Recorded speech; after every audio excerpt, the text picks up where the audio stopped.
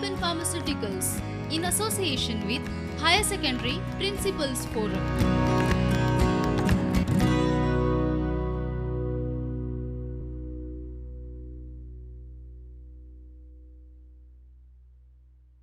नमस्कार, आप सभी का हिंदी तासिका में हार्दिक स्वागत है। आज हम कक्षा 12वीं के पाठ्यक्रम में संकलित कविता मेरा बचपन पढ़ने वाले हैं। इसकी कवयित्री सुभद्रा कुमारी चौहान है, जिन्हें हम राष्ट्र कवि के रूप में भी जानते हैं। कविता पर आने से पहले आइए कुछ बातों को स्पष्ट कर लेते हैं। बच्चों देखिए, समय की सबसे बड़ी विशेषता होती है कि समय में गतिशीलता होती है, यानी समय को हम अपने नियंत्रण में नहीं रख सकते। समय में एक प्रवाह होता है और इसीलिए समय कभी भी किसी के लिए रुकता नहीं है। साथ ही साथ समय की दूसरी बड़ी विशेषता ये होती है कि समय परिवर्तनशील होता है, यानी कि समय के साथ साथ हमारे आसपास की चीज़ों में, वातावरण में, या फिर यूँ कहे प्रत्येक मनुष्य के जीवन में बदलाव होते हैं। परिवर्तन शब्द का अर्थ है बदलाव। उदाहरण के लिए आप एक पौधे का उदाहरण ले सकते हैं। जैसे एक पौधा समय के साथ साथ एक वृक्ष का रूप धारण करता है, तो उस पौधे से लेकर उस वृक्ष बनने तक के सफ़र में उस पौधे को कई सारे संघर्षों से होकर गुजरना पड़ता है। तपती धूप या फिर आंधी तूफान का उसे सामना करना पड़ता है और तब जाकर वो एक विशाल तथा शक्तिशाली वृक्ष बन जाता है। मनुष्य के संदर्भ में भी कुछ ऐसा ही है। मनुष्य जन्म लेता है और यश की सीढ़ियां चढ़ने तक वो न जाने कितने संघर्षों से होकर गुजरता है, और इन्हीं संघर्षों के कारण व्यक्ति के स्वभाव में बदलाव आना स्वाभाविक है। जैसा हम अपने बचपन में होते हैं, बड़े होते होते हमारे स्वभाव में भी वैसे ही बदलाव होते चले जाते हैं। समय प्रवाह के साथ हम बड़े होते चले जाते हैं। जहां हम एक ओर अपने सपनों को साकार करने, अपने बचपन में शिक्षा प्राप्त करते हुए बड़े होते हैं, तथा कभी कभी बचपन में मस्ती करना इसलिए सही नहीं मानते, उचित नहीं मानते, क्योंकि हमें लगता है कि अगर हमने पढ़ाई नहीं की तो भविष्य में हमारा क्या होगा। और यही बातें हमारे माता पिता तथा हमारे शिक्षक हमें समय समय पर बताते रहते हैं। लेकिन आगे भविष्य में हम कितने ही बड़े पदों पर क्यों न पहुंच जाए, हर एक व्यक्ति को अपना बचपन ज़रूर याद आता है। देखिए बच्चों, मनुष्य का जीवन काल बहुत ही सीमित होता है, यानी कोई भी व्यक्ति यहाँ अमर नहीं है, हमेशा के लिए नहीं आया है। तो इस सीमित समय में उसे कई सारी भूमिकाएं निभानी पड़ती है। एक व्यक्ति के रूप में एक व्यक्ति की कई भूमिकाएं होती है। एक पुरुष या एक कोई भी व्यक्ति एक पिता होता है, वो एक पति होता है, बेटा होता है, भाई होता है। तो ये अनेक भूमिकाएं उसे निभानी पड़ती है, और इन भूमिकाओं को निभाते निभाते कई बार उसे स्वयं के लिए ही समय नहीं मिलता। बचपन में हम अपने माता पिता को उल्टे जवाब देकर उनका मन दुखाते हैं। उनके मन की पीड़ा हम तब अनुभव करते हैं जब हम स्वयं उनकी जगह पर होते हैं, और ये कटु सत्य है। बचपन में यदि हम बीमार रहे तो हमारे माता पिता हमारे सिरहाने बैठकर हमारी देखभाल करते हैं, परंतु हमारे बुढ़ापे में हमारे साथ कौन होगा, इस पर ज़रूर विचार कीजिएगा। अब देखिए, आज हम कविता पढ़ने वाले हैं मेरा बचपन। तो एक प्रश्न है यहाँ पर जो आप स्क्रीन पर देख सकते हैं कि बचपन कैसा होता है। आप सभी का उत्तर यही होगा कि बचपन बहुत ही मज़ेदार होता है, क्योंकि हम अपने मित्रों के साथ मिलकर ढेर सारी मस्ती करते हैं। इसीलिए हम कह सकते हैं कि बचपन मौज मस्ती से भरा होता है, और इसी मस्ती में हमारा आनंद छिपा है, हमारी खुशी छिपी हुई है। इसीलिए हम कह सकते हैं कि बचपन हमारा आनंददायी भी होता है, आनंद देने वाला होता है। बचपन में हमें अपने माता पिता का ढेर सारा प्रेम मिलता है। साथ ही साथ अगर घर में हमारे दादा दादी है तो उनका प्रेम भी भरपूर मात्रा में मिलता है। और जब कभी हम अपने नाना नानी के घर भी जाते हैं तो वहाँ पर भी प्रेम का ढेर सारा वर्षाव ही होता है। और जैसे जैसे हम बड़े होते चले जाते हैं, हम पाते हैं कि ये सारी चीज़ें कम हो रही है। उसी तरह से बचपन में हम निश्चिंत होते हैं, किसी बात की कोई चिंता नहीं होती है। हमारे सारे जो काम होते हैं हमारे माता पिता या घर के बड़े लोग करते हैं। उसी प्रकार से बचपन में एक सुकून होता है, या बचपन सुकून भरा होता है। बचपन में हमें एक प्रकार की मानसिक शांति मिलती है जो बड़े होने पर धीरे धीरे कम होती चली जाती है। मानसिक शांति यानी क्या है, जिसे अंग्रेजी में हम पीस ऑफ माइंड कहते हैं। किसी बात की कोई चिंता हमें नहीं सताती, तो एक प्रकार का सुकून या एक प्रकार की निश्चिंतता से भरा हमारा बचपन होता है। अब देखिए, मैंने प्रश्न आपसे क्या किया है, बचपन कैसा होता है, और ये इसका उत्तर हो सकता है। लेकिन ये ऐसा बचपन उन लोगों का हो सकता है जिन लोगों के माता पिता है, या फिर जिनके माता पिता अपने बच्चों को वो सारी सुख सुविधाएं दे पाते हैं, उन लोगों का बचपन ऐसा हो सकता है। लेकिन आप उन बच्चों की भी कल्पना कीजिएगा जो इस दुनिया में या फिर इस दुनिया के विश्व के किसी कोने में खिलौने के बजाय हाथ में कोई औजार लेकर अपना पेट भर रहे हैं। इस चित्र में आप देख सकते हैं, एक बच्चा खिलौने से खेल रहा है, तो दूसरे चित्र में एक बच्चा औजार हाथ में लेकर अपने पेट भरने का इंतज़ाम कर रहा है। तो देखिए बच्चों, इस संसार में कई सारे ऐसे बच्चे हैं जो भूखे हैं, जिन्हें एक वक्त की रोटी तो क्या, एक रोटी भी नसीब नहीं होती, जो अपने जीवन में बहुत दुखी है, गंभीर बीमारियों से ग्रस्त है, साथ ही साथ जिनके माता पिता नहीं है वो अनाथ है। तो उनके बचपन का क्या, उनके बचपन की स्मृतियां तो अत्यंत भयंकर होंगी। यानी हम कहते हैं ना कि जब हम बड़े हो जाते हैं तो कभी ना कभी अपने बचपन को याद करते हैं। तो आप उन बच्चों की कल्पना कीजिए, जब यही बच्चे बड़े हो जाएंगे तो क्या वो अपने बचपन को याद करेंगे, क्योंकि उनका बचपन तो इतना भयंकर बीता है कि अगर वो अपने बचपन को याद करेंगे तो खुश होने के बजाय वो तो दुखी हो जाएंगे। तो इसीलिए हर एक चीज़ को देखने के अलग अलग दृष्टिकोण होते हैं। ज़रूरी नहीं कि हर एक बच्चे का बचपन बहुत ही खुशहाल हो या आनंददायी हो।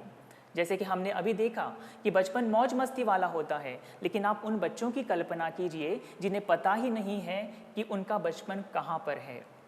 तो इन्हीं सारी बातों को मैंने इसलिए आप लोगों को बताया है क्योंकि कविता को समझने के लिए ये सारी बातें हमें जाननी ज़रूरी थी।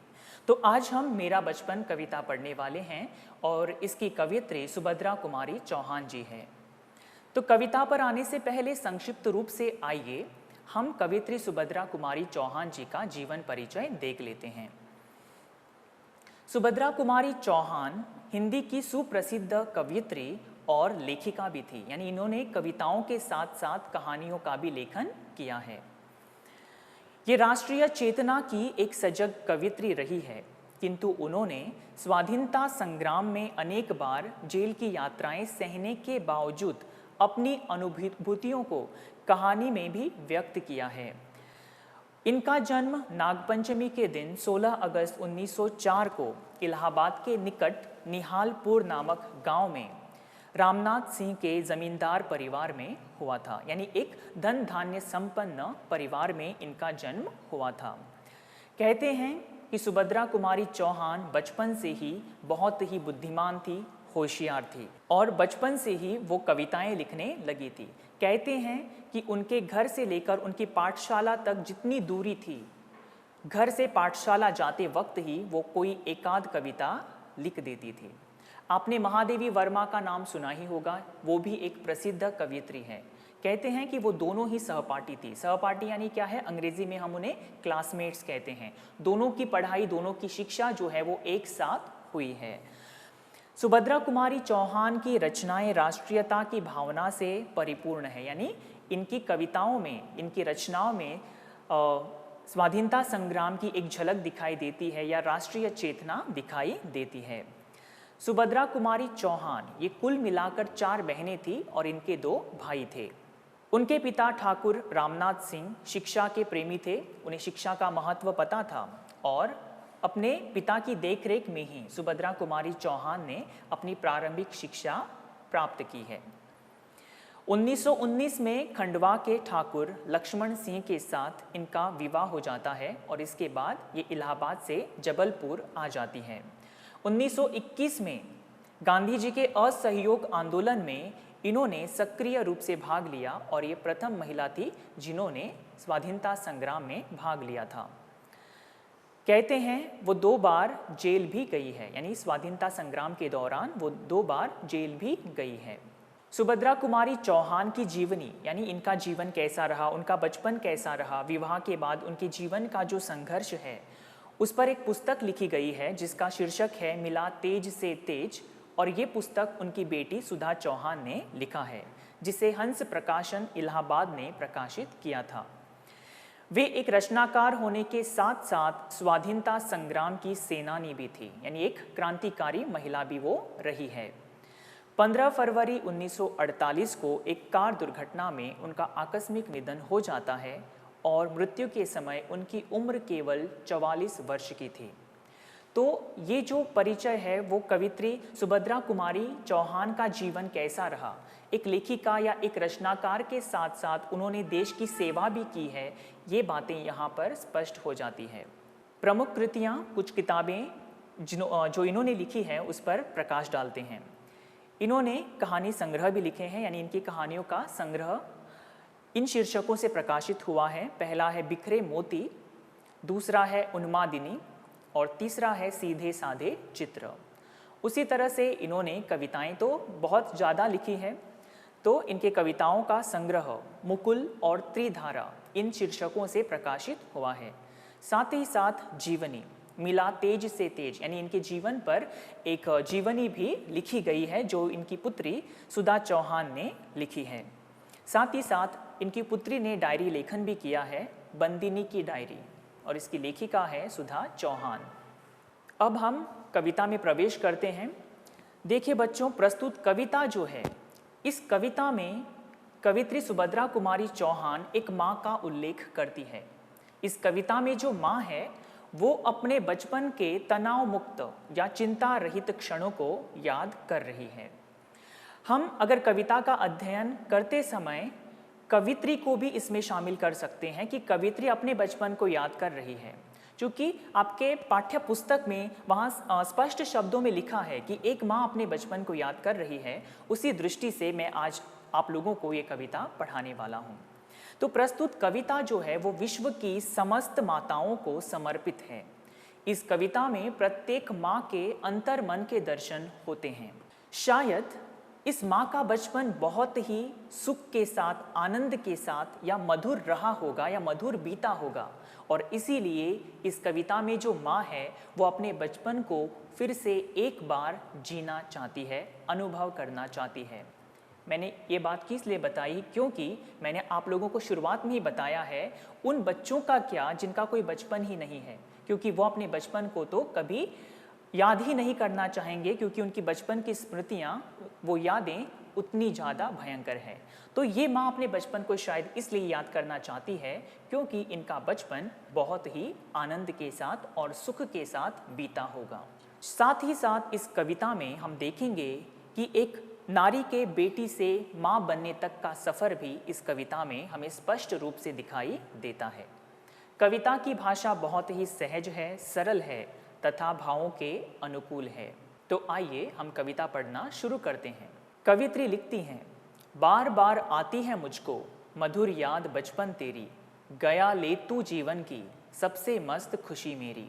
यहाँ पर कवित्री सुभद्रा कुमारी चौहान, परीक्षा की दृष्टि से जब आप उत्तर लिखते हैं तो अक्सर आप इस तरह से लिखते हैं, लेकिन जब मैं आप लोगों को बताऊंगा तब मैं बार बार माँ का ही उदाहरण लूँगा या एक माँ को ही केंद्र में रखकर इस कविता को पढ़ाने की कोशिश करूँगा। तो आइए इन पंक्तियों का अर्थ समझते हैं। प्रस्तुत कविता में कवित्री ने एक माँ को दिखाया है, हमने अभी अभी इसके बारे में जानकारी प्राप्त की है। तो इस कविता में कवित्री सुभद्रा कुमारी चौहान जिस माँ को दिखा रही है वो माँ अपने बचपन को बहुत याद कर रही है। इस कविता में जो माँ है वो अनुभव कर रही है कि बचपन के क्षण कितने मधुर थे, कितने सुखदायी थे, कितने सुख देने वाले थे, और इसी बचपन की यादों में ये माँ खोई हुई है और उस बचपन को ये माँ वापस बुला रही है और समय से शिकायत भी करती है कि हे समय, तूने ये मेरे साथ क्या किया, तू मेरा बचपन क्यों लेकर चला गया, मैं अपने बचपन को वापस फिर से अनुभव करना चाहती हूँ।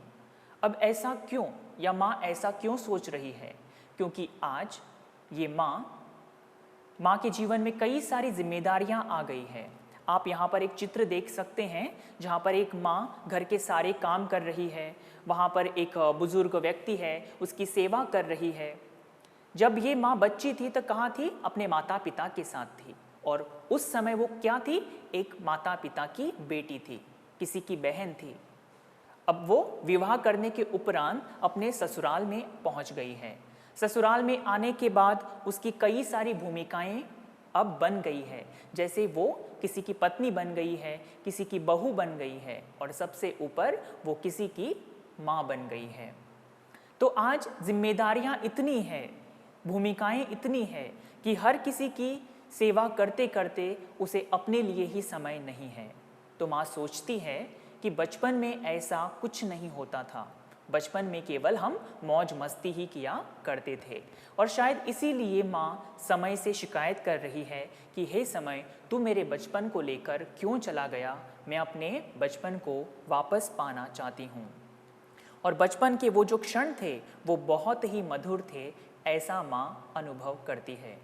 आज मेरे पास भौतिक साधन या भौतिक सुख के साधन कई सारे हैं, लेकिन बचपन वाला वो सुकून और बचपन वाला वो आनंद मुझे कहीं दिखाई नहीं दे रहा है। और इसीलिए माँ यहाँ पर थोड़ी बहुत भावुक हो जाती है और थोड़ी बहुत दुखी भी हो जाती है। आशा है आप लोगों को यहाँ तक कविता समझ में आई है। आगे बढ़ते हैं। चिंता रहित खेलना खाना, वो फिरना निर्भय स्वच्छंद, कैसे भूला जा सकता है बचपन का अतुलित आनंद। तो आइए प्रथम हम कठिन शब्दों के अर्थ जान लेते हैं जो इन पंक्तियों में आए हैं। पहला शब्द है चिंता रहित। चिंता रहित यानी बिना किसी चिंता के या बिना किसी तनाव के या तनाव मुक्त। दूसरा शब्द है निर्भय। निर्भय शब्द का अर्थ है जिसके मन में कोई भय ना हो, कोई डर ना हो, जो निडर होता है। स्वच्छंद। स्वच्छंद शब्द का अर्थ है स्वतंत्र, मुक्त, या बिना किसी पाबंदी के या बिना किसी रोक टोक के। अतुलित। अतुलित शब्द का अर्थ है जिसकी तुलना नहीं की जा सकती, जिसे हम अतुल्य भी कहते हैं। अब इन शब्दों का अर्थ जान लेते हैं। यहाँ माँ अनुभव करती है कि बचपन कितना अच्छा था, क्योंकि बचपन में हमें किसी बात की कोई चिंता नहीं होती थी, केवल मौज मस्ती करना और खेलना कूदना, इतना ही हमारा जीवन होता था। जहाँ चाहा वहाँ स्वच्छंद। स्वच्छंद शब्द का अर्थ हमने अभी अभी देखा है। तो हम जहाँ चाहते वहाँ हम जब चाहे जा सकते थे। विहार करना, यहाँ पर आप देख सकते हैं शब्द आया है विहार। विहार शब्द का अर्थ है घूमना, जहाँ चाहे जब चाहे। तो माँ यहाँ पर अनुभव करती है कि बचपन में हम जहाँ चाहे वहाँ पर कभी भी आ जा सकते थे, कहीं पर भी हमें रोक टोक नहीं की जाती थी। लेकिन जैसे जैसे हम बड़े होते चले गए, ये सारी बातें हमारे जीवन में प्रवेश करने लगी। माता पिता की रोक टोक शुरू होने लगी। हम जैसा चाहे वैसा विहार नहीं कर सके। माँ कहती है या माँ सोचती है यहाँ पर कि आज जीवन में हमारे सुख के सारे साधन घर में उपलब्ध हैं, लेकिन बचपन वाली वो जो खुशी थी, वो जो सुकून था, वो आज कहीं पर भी मेरे जीवन में मुझे दिखाई नहीं दे रहा है। जैसे कि हम अपनी माँ का उदाहरण ले सकते हैं। हम अपनी माँ को अक्सर देखते हैं, हमारे उठने से पहले वो उठ जाती है और हमारे सोने के बाद वो सो जाती है। तो आज अगर हमारी माँ को ही कहीं जाना है तो घर के सारे काम निपटाकर वो जाती है, या फिर कोई समारोह में शामिल होने के बाद वो वापस लौटकर घर के सारे काम करती है। तो आज घर में क्या है, उसके जीवन में क्या है? ढेर सारी उसकी जिम्मेदारियां हैं जिसे उसे निभाना है। और शायद इसीलिए माँ को लगता है कि बचपन वाले वो जो दिन थे उसके आनंद की तुलना मैं किसी अन्य वस्तु के साथ या अन्य किसी भी चीज़ के साथ नहीं कर सकती। आज माँ का जीवन कैसा हो गया है? घर के अगर सभी लोग निश्चिंत हैं, खुश हैं, तो उसी में माँ की खुशी छिपी हुई है। लेकिन बचपन में क्या था? वो जहाँ चाहे वहाँ जा सकती थी। लेकिन आज जिम्मेदारियों के कारण कई बार वो अपने माता पिता से भी मिलने के लिए नहीं जाती है। और एक बात मुझे आप लोगों को बतानी है बच्चों, वो ये है कि आप लोगों को ये कविता समझने के लिए आपकी माँ का उदाहरण आपके ध्यान में रखना होगा। आपके माँ का जीवन कैसा है उसे ध्यान में रखते हुए अगर आप इस कविता को समझने की कोशिश करेंगे तो निसंदेह आप लोगों को ये कविता समझ में ज़रूर आएगी। आशा है यहाँ तक आप लोगों की समझ में आया होगा। तो हम आगे बढ़ते हैं। आगे कवित्री लिखती है, ऊंच नीच का ज्ञान नहीं था, छुआछूत किसने जानी, बनी हुई थी आहा झोपड़ी और चिथड़ों में रानी। यहाँ छुआछूत यानी क्या है? अस्पृश्यता। उसी तरह से देखिए चिथड़ा, यहाँ एक शब्द आया है चिथड़ा। चिथड़ा शब्द का अर्थ होता है फटा, मैला या पुराना कपड़ा, जिसे हम पहनते नहीं हैं लेकिन जिसे हम पोछा लगाने के काम में उपयोग करते हैं, उसे चिथड़ा कहा जाता है। यहाँ माँ अनुभव करती है, माँ को याद आता है कि हमें बचपन में ऊंच नीच का ज्ञान नहीं था। यहाँ ऊंच नीच यानी क्या है? कौन अमीर है, कौन गरीब है, इन बातों का हमें पता तक नहीं था। उसी तरह से छुआछूत क्या होती है, ये धर्म जाति क्या होते हैं, हमें पता भी नहीं था। हम इन बातों से बिल्कुल अपरिचित थे, अनभिज्ञ थे। हर धर्म और हर जाति के मित्रों के साथ मिलकर हम कितना मौज मस्ती के साथ खेला करते थे। लेकिन जैसे जैसे हम बड़े होते चले गए, हमने अपना होश संभालना सीख लिया, तब हमें पता चला कि दुनिया में अमीर लोग होते हैं, गरीब लोग होते हैं, कोई निचली जाति का होता है तो कोई ऊंची जाति का होता है। ये भेदभाव क्या होता है, ये हमें बड़े होने के बाद पता चला। काश हम बच्चे ही रहते, नहीं तो हमें ये भेदभाव क्या होता है वो पता ही नहीं चलता, और चलना भी नहीं चाहिए था, क्योंकि धर्म जाति के कारण आज हमारे मित्र हमसे दूर हो रहे हैं। आगे माँ को याद आता है कि उनका घर एक झोपड़ी था। अब इन पंक्तियों के अलग अलग अर्थ लगाए जा सकते हैं। बच्चे जब छोटे होते हैं तो घर घर खेलते हैं, तो शायद मुझे जो अर्थ अच्छा लगा मैं वो आप लोगों को बता रहा हूँ कि शायद ये जो माँ है या फिर इस माँ का जो घर था, बचपन वाला जो घर था, वो शायद एक झोपड़ी रहा हो। और इस माँ को अपनी झोपड़ी भी किसी महल से कम नहीं लगती थी, क्योंकि उस घर में उसके माता पिता का उन्हें ढेर सारा प्रेम मिला होगा। जैसे उतना ही प्रेम मिला होगा जैसे एक राजभवन में, एक राजमहल में एक राजकुमारी को मिलता है, उतना ही प्रेम यहाँ पर अपने घर में अपने माता पिता का उन्हें मिला है। इसीलिए शायद ये माँ कहती है कि और चिथड़ों में रानी, शायद मेरे पास पहनने के लिए अच्छे कपड़े भी नहीं होंगे, लेकिन उन चिथड़ों को पहनकर भी मैं स्वयं को किसी राजकुमारी से कम नहीं समझती थी। यानी मुझे अपने माता पिता से ढेर सारा प्रेम मिला है। अब माँ को ये बातें क्यों याद आ रही है? शायद आज ये सारी बातें उनके जीवन में नहीं है। हम क्या करते हैं, जब हम बड़े हो जाते हैं तब अपने माता पिता को उल्टे जवाब देते हैं और साथ ही साथ उनका मन दुखाते हैं। तो ऐसे में हमारे माता पिता के हृदय पर क्या बीतती है वो उन्हें ही पता होती है। इसलिए मैंने शुरुआत में जब कविता पढ़ाना आरंभ किया था तो मैंने बताया था कि समय के साथ साथ चीज़ों में बदलाव होते हैं, चीज़ों में परिवर्तन होते हैं, व्यक्ति का स्वभाव भी बदलता है। आज हम अपने माता पिता को बहुत ही कठोर देखते हैं, उनके स्वभाव में कठोरता है, लेकिन वो कठोरता जीवन के अनुभवों से आई हुई है। ऐसा नहीं था कि उनका कोई बचपन नहीं था, वो भी हमारी तरह कभी बच्चे हुआ करते थे, हमारी ही तरह मौज मस्ती से उनका भी जीवन या उनका भी बचपन बीता है। लेकिन समय के साथ साथ जिम्मेदारियों की वजह से या फिर हमें एक अच्छा भविष्य देने के साथ साथ उनके स्वभाव में भी वो परिवर्तन आ गया है। तो माँ को लगता है कि बचपन कितना अच्छा था जहाँ पर मुझे अपने माता पिता का ढेर सारा प्रेम मिलता था। आज मैं उन्हीं माता पिता को अपने मायके में छोड़कर ससुराल में आ गई हूँ, तो शायद अपने उन्हीं माता पिता के प्रेम के लिए ये माँ बहुत ही लालायित है, इच्छुक है। आगे बढ़ते हैं कि ये दूध के कुल्ले मैंने चूस अंगूठा सुधा पिया, किलकारी किल्लोल मचाकर सूना घर आबाद किया। यहाँ पर एक शब्द आया है कुल्हा करना। कुल्हा करना शब्द का अर्थ है कि मुंह में पानी भरकर उसे बाहर फेंकना। जब हम अपने दंत मंजन करते हैं तो हम क्या करते हैं, मुंह में पानी भरते हैं और उसे बाहर फेंकते हैं। यानी मुंह साफ करने की क्रिया के दौरान हम मुंह में पानी भरते हैं और उसे बाहर फेंकते हैं, उस क्रिया को कुल्हा करना कहते हैं। लेकिन यहाँ माँ क्या कह रही है कि ये दूध के कुल्ले मैंने, और यहाँ माँ को अनुभव होता है कि बचपन कितना मासूम होता है। माँ को याद आता है कि उन्होंने भी बचपन में दूध के कुल्ले किए हैं। वैसे तो कुल्ला किससे करते हैं? पानी से करते हैं। लेकिन यहाँ माँ क्या बता रही है? माँ बता रही है या माँ को याद आता है कि मैंने बचपन में दूध के ढेर सारे कुल्ले किए हैं। यहाँ कुल्ला करना एक विशिष्ट अर्थ के साथ आया है। देखिए, जब कभी बच्चे बोल नहीं सकते, केवल रोते हैं, तो माँ देखती है बच्चे को भूख लगी है। वो कैसे पता चलता है उन्हें? वो देखते हैं कि अगर बच्चा बार बार अंगूठा चूस रहा है तो माँ समझ जाती है कि मेरे बच्चे को, मेरे बेटा या फिर मेरी बेटी जो भी है, उसे भूख लगी है, और वो उन्हें अपना स्तन पान करके या अपना दूध पिलाकर उनकी भूख को शांत करती है।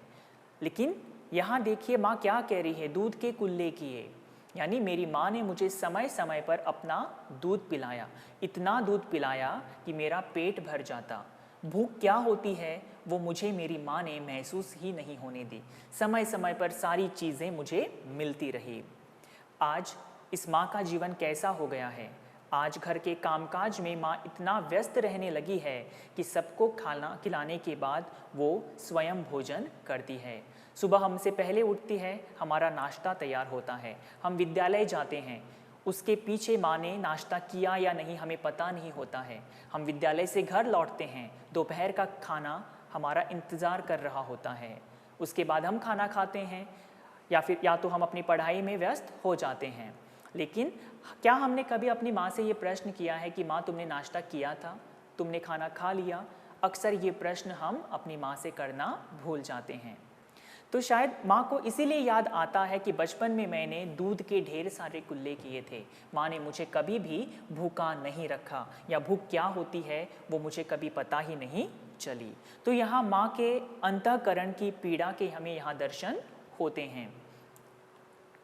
और माँ को ये भी याद आता है कि उनकी किलकारी और किल्लोल मचाने से उनका सूना घर किस प्रकार से खुशियों से भर जाता था। आज कई बार जिन बच्चों के लिए माता पिता, यहाँ पर मैं दोनों का ही उल्लेख कर रहा हूँ, आज हमारे माता पिता जो हमारे शुभ चिंतक हैं, हमारी हर छोटी मोटी खुशी में या गम में हमारे साथ होते हैं, हम उन्हें ही उल्टे जवाब देते हैं। तो शायद माँ को लगता है बचपन में मेरी किलकारियों से मेरे घर में खुशियाँ बनी रहती थी, और आज जिन बच्चों के लिए मैं इतना कुछ कर रही हूँ उन्हें मेरी कद्र तक नहीं है। और शायद इसी संदर्भ में माँ को ये प्रसंग या ये घटनाएं याद आ रही है। आगे बढ़ते हैं।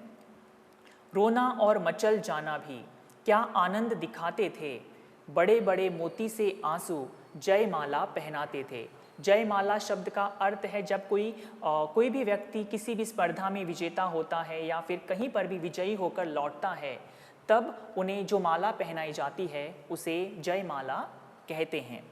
यहाँ पर एक और शब्द आया है, वो है मचल जाना। मचलना यानी क्या है? बेचैनी उत्पन्न होना, किसी चीज़ को पाने की एक तीव्र इच्छा मन में उत्पन्न होना, उसे मचलना कहते हैं, बेचैन होना।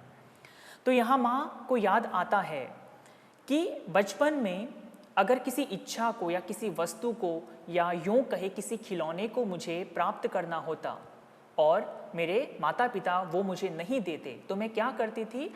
मैं बड़े बड़े मोती से आंसू उनके सामने बहा देती थी।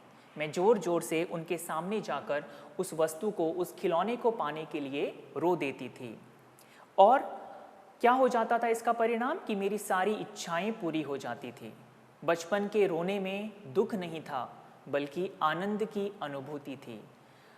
अब माँ स्वयं को उस जगह पर पाती है जहाँ पर कभी उसके माता पिता होते थे। माँ को याद आता है कि बचपन में मेरी हर मांग केवल रोने से ही पूरी हो जाती थी। आज मेरे बच्चों का भविष्य मेरे सामने है तथा उनके सपने तथा उनकी इच्छाएं मेरे लिए प्राथमिक है या प्रथम आती है। ऐसा नहीं है कि माँ की कोई इच्छाएं बाकी नहीं रही, वो खत्म हो चुकी हैं, ऐसा नहीं है। हम अक्सर देखते हैं कि किसी समारोह में जाने के लिए माता पिता बच्चों को नए कपड़े खरीदते हैं, लेकिन स्वयं पुराने ही कपड़ों में हर एक कार्यक्रम में सहभागी होते हैं। तो इसके पीछे उनका कंजूसी भरा स्वभाव नहीं होता, लेकिन अपने बच्चों को एक उज्जवल भविष्य देने के लिए वो बचत करते हैं। तो आज बच्चों का भविष्य तथा उनकी इच्छाएं प्रथम है, ऐसा माँ अनुभव करती है। लेकिन मन के किसी कोने में वो अपनी इच्छाओं को भी संजोए हुए हैं, जिसे वो कभी व्यक्त नहीं होने देती, क्योंकि अपने बच्चों के भविष्य के बारे में वो ज़्यादा सोचती है। मैं रोई, माँ काम छोड़कर आई, मुझको उठा लिया, झाड़ पोंछ कर चूम चूम गीले गालों को सुखा दिया। अब इन पंक्तियों को समझते हैं। माँ को याद आता है कि जब वह एक छोटी बच्ची हुआ करती थी और छोटे बच्चे क्या करते हैं, खेलते हुए यहाँ वहाँ दौड़ते हैं। उन्हें इस बात का भी पता नहीं होता कि अगर वो कहीं जाकर गिर गए, चोट लगी तो उन्हें ही पीड़ा होगी। लेकिन बच्चे तो निडर होते हैं, अनभिज्ञ होते हैं, मासूम होते हैं, किसी सही गलत का फर्क उन्हें पता नहीं होता है। तो माँ को याद आता है कि जब कभी वो खेलते हुए यहाँ वहाँ दौड़ा करती और दौड़ते हुए वो गिर जाती और चोट लगती, तो उनकी माँ जहाँ भी होती, जहाँ कहीं पर भी होती, कुछ भी कर रही होती, वो अपना काम धाम छोड़कर मेरे पास दौड़ी चली आती और दौड़कर आने के बाद बड़े ही प्रेम के साथ मुझे अपने गोद में उठा लेती और मेरे आंसुओं को वो पोंछती, मेरे गीले गालों को लाड़ प्यार से वो सुखा देती। शायद आज ये माँ उन सारी बातों को बहुत याद कर रही है। शायद ये माँ स्वयं को बहुत ही अकेला महसूस करती है। हम अक्सर देखते हैं कि गृहिणियों का काम उतना आसान नहीं होता जितना हमें दिखता है या जैसा हम समझते हैं। घर के काम करते वक्त, खासकर खाना बनाते वक्त या रसोई घर में जो भी काम होते हैं, वो करने के दौरान उंगली कट जाती है, हाथ कट जाता है, कई बार कुछ गर्म वस्तु हमारे हाथ के ऊपर गिर जाती है और हम केवल देखते हैं। अगर ऐसा हमारी माँ के साथ भी होता है तो हम अक्सर क्या करते हैं, देखते हैं और सोचते हैं ये तो मामूली सा घाव है, समय के साथ भर जाएगा। तो यहाँ ये माँ इसलिए ये सारी बातें याद करती है। तो उन्हें याद आता है कि बचपन में क्या था, जब मैं केवल गिर भी जाती थी तो माँ दौड़ी चली आती थी। लेकिन आज ये सारी चीज़ें नहीं हो पा रही है, क्योंकि मैं माँ को छोड़कर अपने ससुराल में हूँ और यहाँ उसी तरह से दौड़कर आने वाला यहाँ कोई नहीं है। और यहाँ अत्यंत भावुकता के साथ ये माँ अपनी माँ की ममता को याद कर रही है। तो आप भी ज़रा ध्यान दीजिएगा कि आप कभी अपने माता पिता की ऐसे हालचाल पूछते हैं या नहीं पूछते। आगे बढ़ते हैं। दादा ने चंदा दिखलाया, चंदा यानी चांद, नेत्र यानी आँखें, निरयुत, निर शब्द का सरल अर्थ है पानी और यहाँ नीर शब्द का अर्थ है आंसू या अश्रु। निरयुत यानी आंसुओं से, दमक उठे, दमक उठना यानी चमक उठना, धुली हुई मुस्कान देखकर, धुली हुई मुस्कान यानी जब कभी हम रोते रोते हंसने लग जाते हैं तो उसे धुली हुई मुस्कान कहते हैं। सो धुली हुई मुस्कान देखकर सबके चेहरे चमक उठे। चेहरे चमक उठना, इसका अर्थ है प्रसन्न होना। तो यहाँ देखिए, यहाँ ये माँ अपने दादा के प्रेम को याद कर रही है, दादाजी की उन्हें याद आती है। इसके पहले वाले पंक्तियों में हमने देखा कि जब कभी माँ गिर जाती तो उनकी माँ दौड़कर आती और उन्हें बड़े ही स्नेह से उठाती और उनके गीले गालों को सुखा देती। ज़रूरी नहीं है कि बच्चे गिरने के बाद ही रोते हैं। जब कभी बच्चों को अस्वस्थ महसूस होता है, उनकी सेहत ठीक नहीं रहती, तब भी बच्चे दिन भर रोते हैं और बच्चों को रोता हुआ देखकर घर के सारे लोग भी दुखी हो जाते हैं, अस्वस्थ वो भी हो जाते हैं कि इसे क्या हुआ है। और इसीलिए बच्चों को रोता हुआ देखकर उनका ध्यान भटकाया जाता है। जैसे हम बच्चों को गोद में लेकर क्या करते हैं, वो देखो चांद है, वो देखो वो पेड़ है, वो कौवा है। इस तरह से हम बच्चों को अलग अलग चीज़ें दिखाकर उनका ध्यान भटकाते हैं और कई बार अलग तरह के चेहरे बनाकर हम बच्चों को हंसाने की कोशिश करते हैं। तो जैसे ही माँ को अपने दादाजी की याद आती है, जो उन्हें अपने कंधों पर बिठाकर चांद दिखाया करते थे या चंदा दिखाया करते थे, उनकी आंखें भर आती है। माँ को याद आता है कि उसकी आंखें भर आने पर हर कोई उसे हंसाने की कोशिश करता, यानी छोटी सी छोटी बातों में भी या छोटी सी छोटी बातों की वजह से अगर माँ रूठ जाती, दुखी हो जाती, तो घर के सारे लोग भी दुखी हो जाते। और बचपन में माँ को हंसता हुआ देखकर सबके चेहरे भी खिल उठते, यानी मेरी खुशी में ही घर के सारे लोगों की खुशी निहित थी। और आज शायद माँ को उनके बच्चे उल्टे जवाब देते हैं तो माँ के हृदय को बहुत ही ठेस पहुँचती है, उनका मन बहुत ही टूटता है, उनके मन पर आघात होता है। आशा है यहाँ तक आप लोगों के समझ में ये कविता आई होगी। और जैसे कि मैंने पहले ही बताया है, एक माँ के जीवन को ध्यान में रखते हुए मैं ये कविता आप लोगों को समझा रहा हूँ। इस कविता में जो माँ है वो कवित्री भी हो सकती है, क्योंकि कवित्री भी स्वयं एक माँ थी। आजा बचपन एक बार फिर, दे दे अपनी निर्मल शांति, व्याकुल व्यथा मिटाने वाली वो अपनी प्राकृत विश्रांति। यहाँ एक शब्द आया है निर्मल। निर्मल यानी शुद्ध या पवित्र। उसी तरह से व्यथा, व्यथा शब्द का अर्थ है पीड़ा या दुख। प्राकृत शब्द का अर्थ है प्राकृतिक, स्वाभाविक या नेचुरल। विश्रांति, विश्रांति शब्द का सरल अर्थ है आराम, लेकिन कविता के संदर्भ में इसका अर्थ हो जाता है एक मानसिक शांति, पीस ऑफ माइंड, तनाव रहित जीवन। तो यहाँ माँ जो है अपने बचपन को अत्यंत उत्सुकता के साथ अपने बचपन को वापस बुला रही है। वो चाहती है कि हे बचपन, तू वापस लौटकर एक बार मेरे जीवन में आ, मैं तुझे पुनः एक बार अनुभव करना चाहती हूँ, जीना चाहती हूँ। बचपन की उस निर्मल शांति को मैं फिर से अनुभव करना चाहती हूँ। और ये इच्छा वो समय से व्यक्त करती है कि हे समय, तू मेरा बचपन मुझे वापस लौटा दे, क्योंकि बचपन में जो निर्मल शांति हुआ करती थी, आज समय प्रवाह के साथ वो कहीं खो गई है। मुझे उसे पुनः अनुभव करना है, क्योंकि आज जिम्मेदारियां इतनी बढ़ गई है कि माँ का जीवन जो है पूरी तरह से व्यस्त हो चुका है। स्वयं के लिए ही उसे समय नहीं है। अपने बच्चों की देख रेख करते हुए, अगर घर में सास ससुर है तो उनकी सेवा करना तो उनका परम कर्तव्य है, उसी तरह से पति की भी सेवा करना उनका धर्म है। और इन सारी जिम्मेदारियों को और अलग अलग भूमिकाओं को निभाते निभाते माँ को अपने लिए समय ही नहीं मिलता है।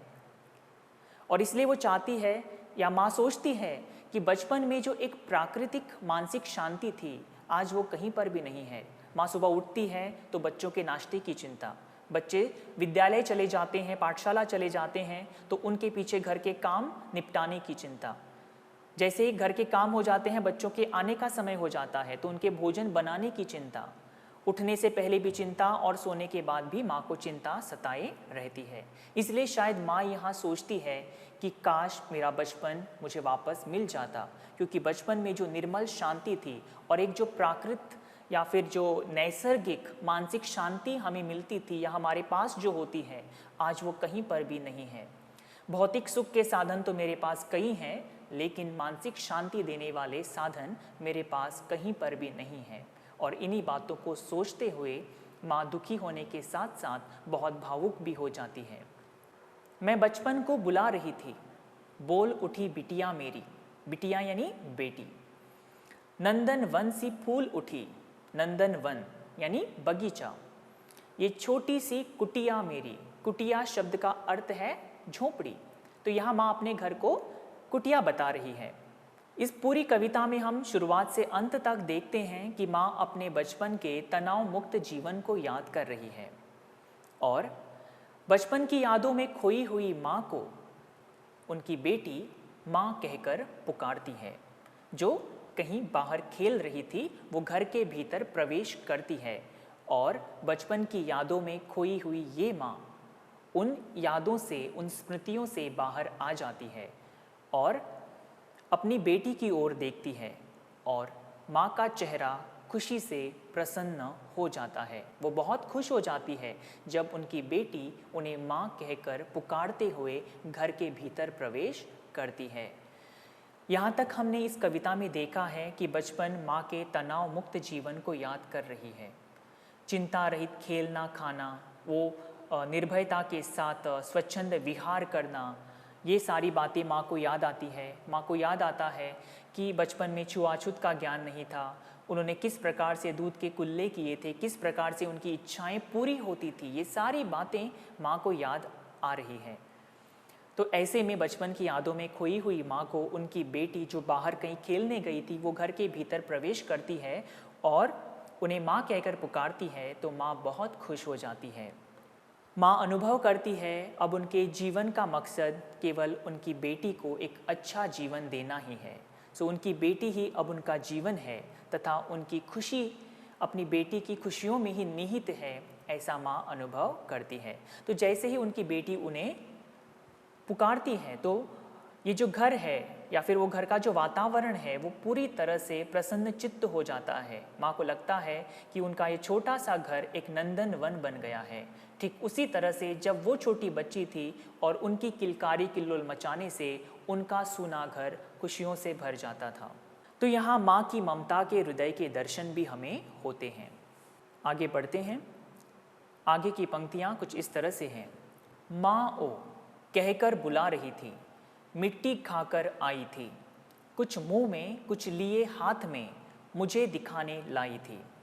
तो ये बेटी जो है यानी वो बाहर खेलने के लिए गई थी, आंगन में वो खेल रही होगी।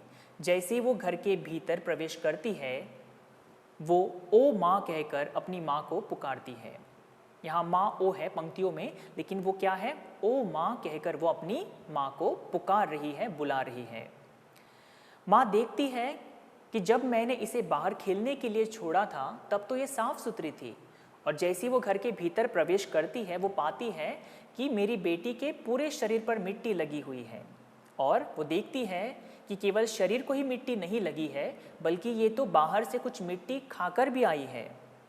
तो पूरे मुंह पर उसके मिट्टी लगी हुई है तथा कुछ मिट्टी उसके हाथ में भी है।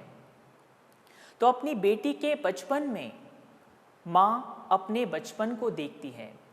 माँ सोचती है कि अगर मैं अपनी बेटी को डांट दूं कि तूने ये क्या किया, मिट्टी क्यों खाई, तो ऐसे में माँ सोचती है कि क्या मुझे मेरी बेटी पर गुस्सा होना चाहिए, क्योंकि जब मैं बेटी थी या मैं भी बच्ची हुआ करती थी तब शायद मैंने भी ऐसी हरकतें की हो और मेरी माँ ने शायद उस समय मुझे लाड़ प्यार से पोंछा हो।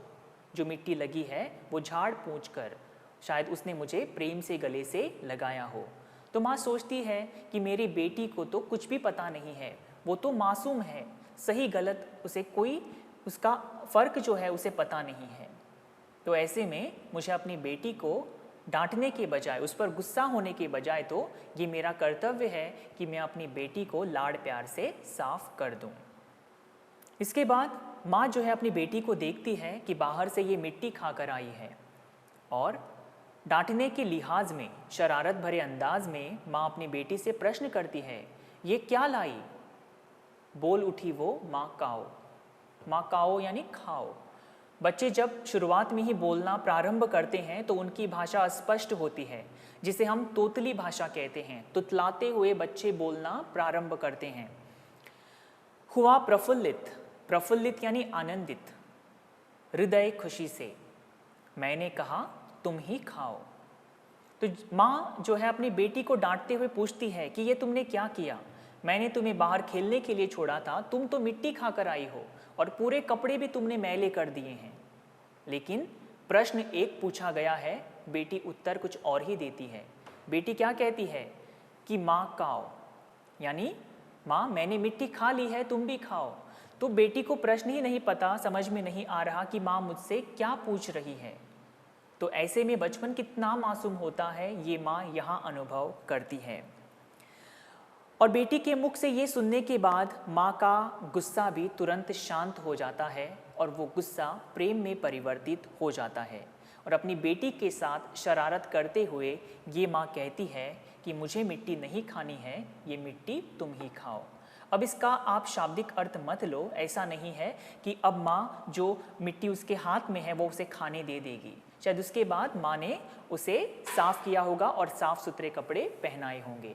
लेकिन शरारत करने के अंदाज में माँ ने अपनी बेटी से कहा कि बेटी मुझे मिट्टी नहीं खानी है, तुम ही इसे खाओ। आशा है बच्चों कि आप लोगों को ये कविता समझ में आ रही है।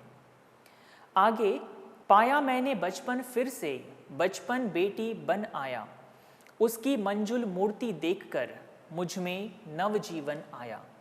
नव जीवन यानी नया जीवन। मंजुल मूर्ति, मंजुल यानी सजा हुआ, मूर्ति यानी यहाँ पर चेहरा, किसी भगवान की मूर्ति नहीं, तो यहाँ मूर्ति शब्द का अर्थ है मुख या चेहरा।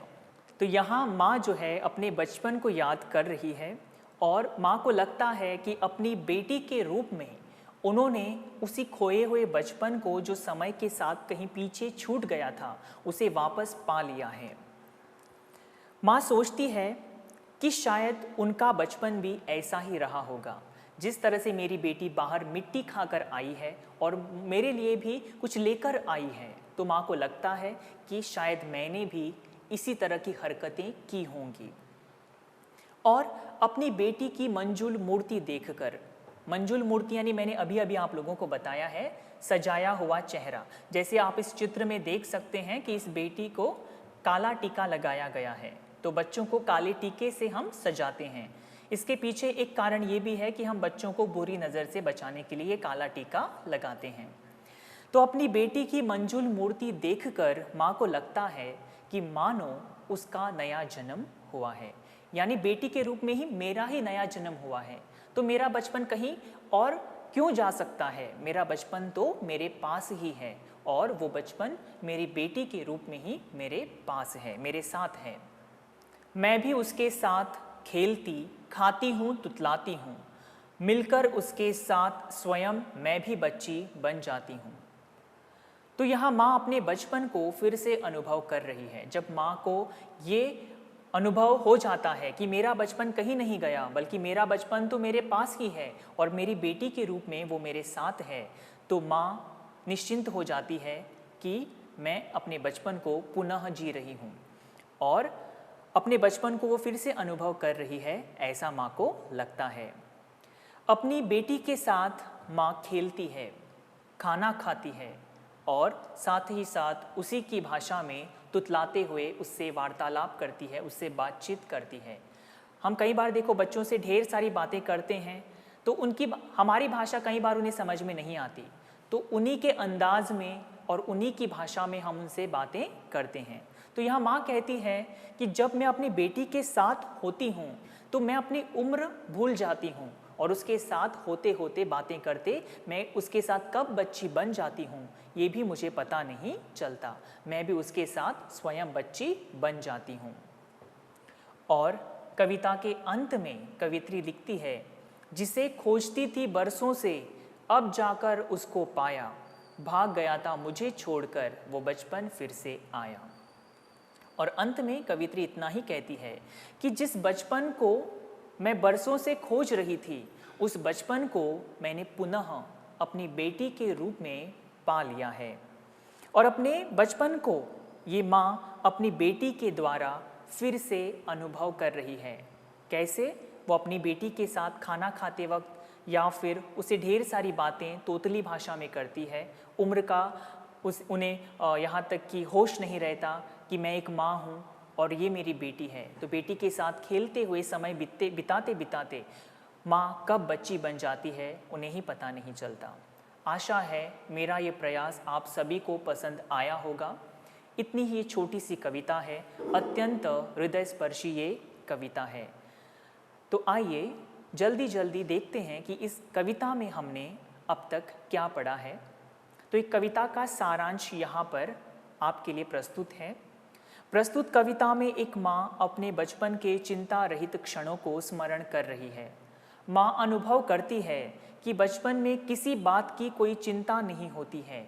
बचपन में ऊंच नीच तथा छुआछूत का ज्ञान नहीं होता। बचपन में किए हुए दूध के कुल्ले भी माँ को भरपूर याद आते हैं। माँ याद करती है कि उनके किलकारी और किल्लोल मचाने से उनके घर की रौनक हमेशा बनी रही। रोने और मचलने से सारी इच्छाएं पूरी हो जाती थी। दादा का चंदा दिखलाना भी माँ को बहुत याद आता है। माँ बचपन की उस प्राकृतिक विश्रांति को फिर से अनुभव करना चाहती है। बचपन की यादों में खोई हुई माँ को उनकी बेटी पुकारती है तो माँ को लगता है कि उसका घर नंदन वन सा बन गया है। माँ देखती है कि उनकी बेटी बाहर से मिट्टी खाकर आई है और उन्हें भी थोड़ी मिट्टी खाने के लिए कह रही है।